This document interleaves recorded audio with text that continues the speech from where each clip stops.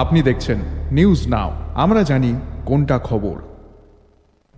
সিধাই থানা সুন্দরটিলা পুলিশ ফাঁড়ির পশ্চিম সিমনা এলাকা থেকে 3 জন অবৈধ বাংলাদেশি নাগরিককে আটক করেছে পুলিশ।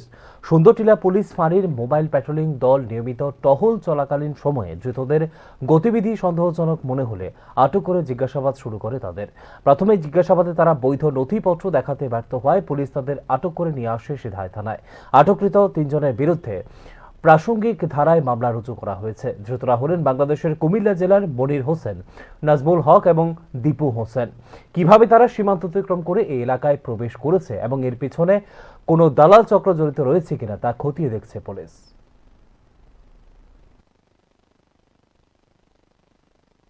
আজকে আমরা আমাদের সিধাই থানার অন্তর্গত সুন্দরটিলা আউটপোস্টের ওসি সাহেব, ইন্সপেক্টর ধ্রুবজী রিয়াং এবং ওনার দলবল নিয়ে যথারীতি মোবাইল করতেছিলেন। ওই সময়ে পশ্চিম সিমনা বাজারের কাছাকাছি যখন ওনার মোবাইল গাড়িতে পড়ছে, তখন উনি 3 জন লোককে লাগেজ সহ হাঁটতে দেখেন এবং সন্দেহ করেন।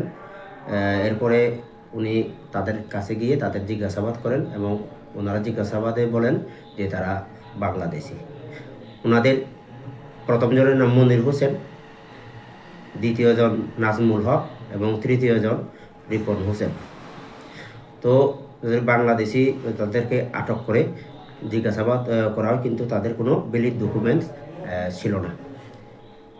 যথারীতি তাদেরকে আটক করার পরে থানাতে নিয়ে আসা হয় এবং তাদের বিরুদ্ধে একটি সুমোটো মামলা করা হয়, যার প্রেক্ষিতে আমরা আগামীকাল তাদেরকে মাননীয় আদালতে আমরা হাজির করাবো।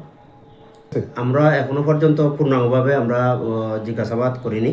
পরবর্তীতে পূর্ণাঙ্গভাবে আমরা প্রাথমিকভাবে আমরা জানতে পেরেছি তারা কাজের উদ্দেশ্যে ভারতে প্রবেশ করেছেন।